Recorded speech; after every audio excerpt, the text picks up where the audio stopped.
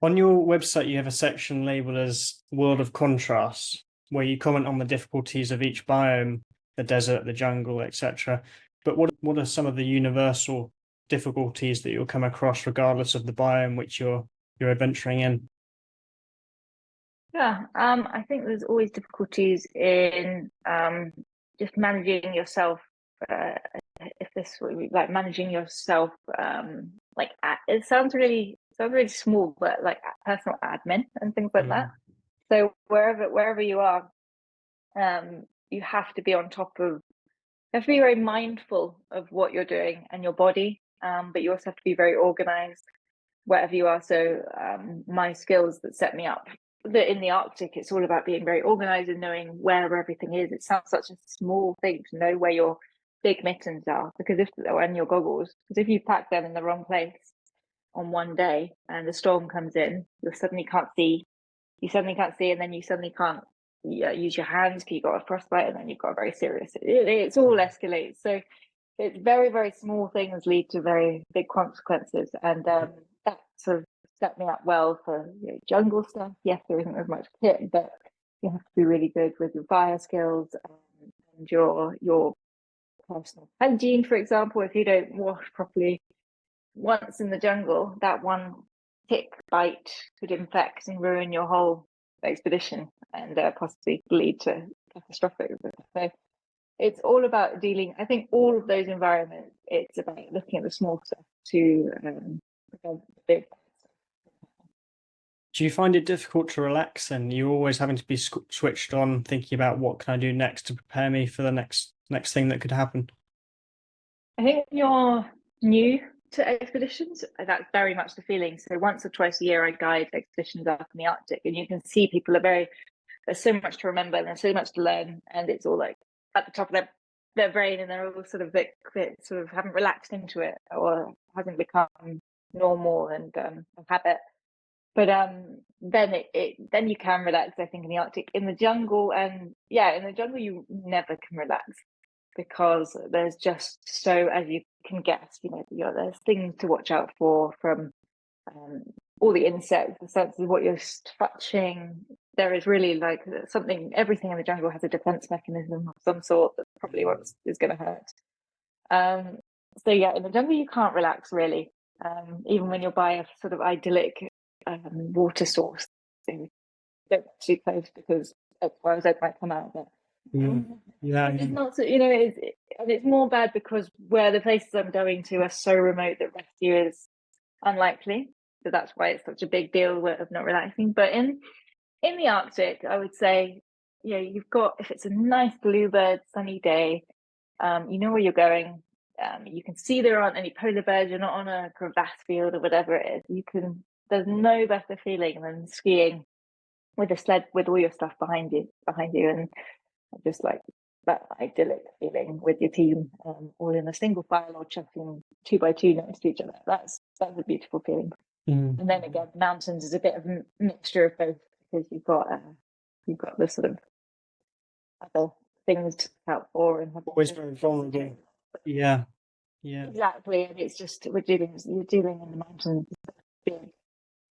big threat from full avalanche or whatever it is. So, yeah, I'd say the most relaxing place is a still bluebird day in the Arctic. Could you talk a bit about and explain what the 50 days crossing the Kanuki? Is that how you pronounce it? Kanuku Mountains. Yeah. Could you talk about that expedition in the Amazon? Yeah, no, that expedition was so it's a whole area that is pretty much like 90% of that whole crossing on foot was unexplored, and it was it's a very feared area, a lot of it, because biome Indians, who are the people who live in that, they don't live in that area. No one lives in the area we were crossing, but live on the sort of outskirts of it. It's had like myths and legends surrounding it for so long, and so no one's wanted to go in. And those myths and legends are from animals behaving oddly. Snakes are everywhere and they hunt you, or two of these sort of mythical creatures that hunt you down and shell shot them at you. And I'd done a recce expedition the year before on a smaller section of it, crossing it from south to north. And I've done it with a team of Indians. And sort of, it was, we had some sketchy moments, but it was like this place is proper wild, so unexplored. And someone who had given me that idea to try that also said, well, why don't you try and cross the whole thing? This whole thing is just a huge area of unexplored. And he sadly passed away just a few months after that. And he was a good friend, and he was ex-special forces who lived out there as well. And I thought, well, I'm really going to make it happen now, because it's sort of given me it's not often such a large unexplored area is, you find out about it and you sort of have the technique and skills already to go into it. So I managed to get a team together, some of the same Amerindians who had been with me on the previous expedition, some who I'd known for many years before. And so there was 5 of us who started it, and we started completely. It took us 3 days to even get the start point, so even that was like completely remote. And we didn't know how long it was going to take, because in the jungle you don't know how thick the canopy is, so you don't know how thick it's going to take. You're there with a machete, so you take machete, you take bow and arrows for hunting for fish and for protection. Then you take a rucksack with as much food as you can carry, but you don't know when food is going to come. And unlike a lot of expeditions that in the jungle that are on kayaks or canoes and things like that, which is very hard in its own right, because of rapids and things like that, and sun and midges and stuff like that. But this was just in the canopy, dark. We were only crossing major rivers every 3 weeks or so, which meant we were in darkness for sometimes 3 weeks at a time. And we had 2 resupplies, which meant I'd organise someone to come by boat it took like 3 days to then drop off some barrels with some food and then go. Sorry, how did you coordinate, if you didn't know how long it was going to take you to get to the next step, how did you coordinate them coming 3 days in advance for when you needed those supplies? So they would put it as soon as they'd sort of said goodbye to us in the initial one, because it was all food that was like dried noodles and stuff, and it was in a container where it would be stuck. But he would dropped it at a river with the coordinates, and then I was able to get the coordinates through Garmin, GPS thing, but it would be very delayed because the canopy is so thick. Even sending messages like that would take sometimes days. And it was a case of the maps we were using were 50 years old, and they were taken from a pilot who flew over 50 years ago, took some pictures, and drew what he saw. So they were okay when it was the real mountainous stuff, because he was, doing the contours and could see the shadows and things. But in the lower parts, it was just so inaccurate. And so that was just a whole other problem to solve. And it was very much me with a compass being like, in the jungle, you have to, it's very easy. So fun fact, we all have a dominant leg. So everyone thinks they can walk in a straight line, and it's just like, it's very hard to walk in a straight line. And when you're basically in a bush constantly with trees everywhere, your dominant leg, and often it's your right leg that's dominant. So everyone's always slightly wanting to turn left. And that doesn't matter so much for a short distance, but when you're like talking hundreds and hundreds of kilometers, you're always going to be slightly going off the bearing. Wow. So I'm constantly there, like with a compass, with my bearing, going left, right, right, right.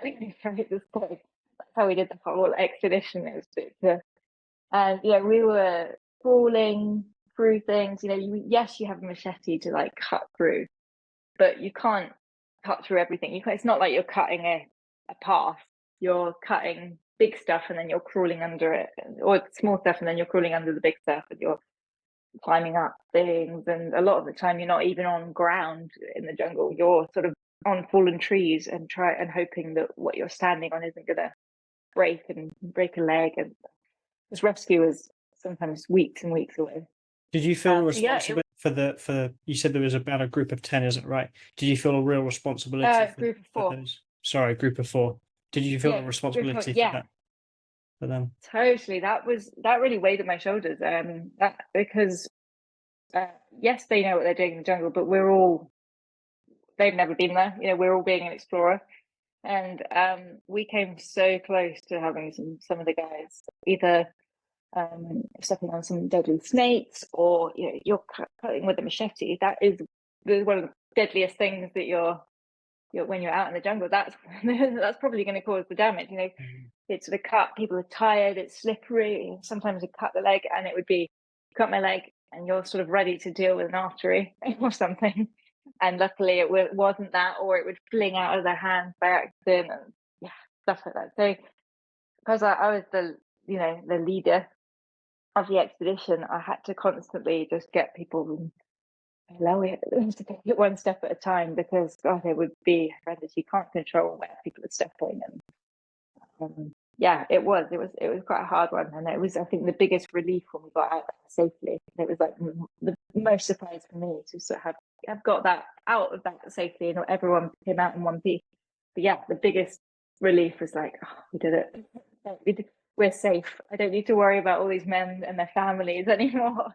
Had something have gone wrong, what's the procedure for being? I assume it would be helivaced out. Yeah, I mean, this unfortunate thing is it's Guyana, which is the Guyana country that's sandwiched between Suriname and Brazil and Venezuela, depending on which part.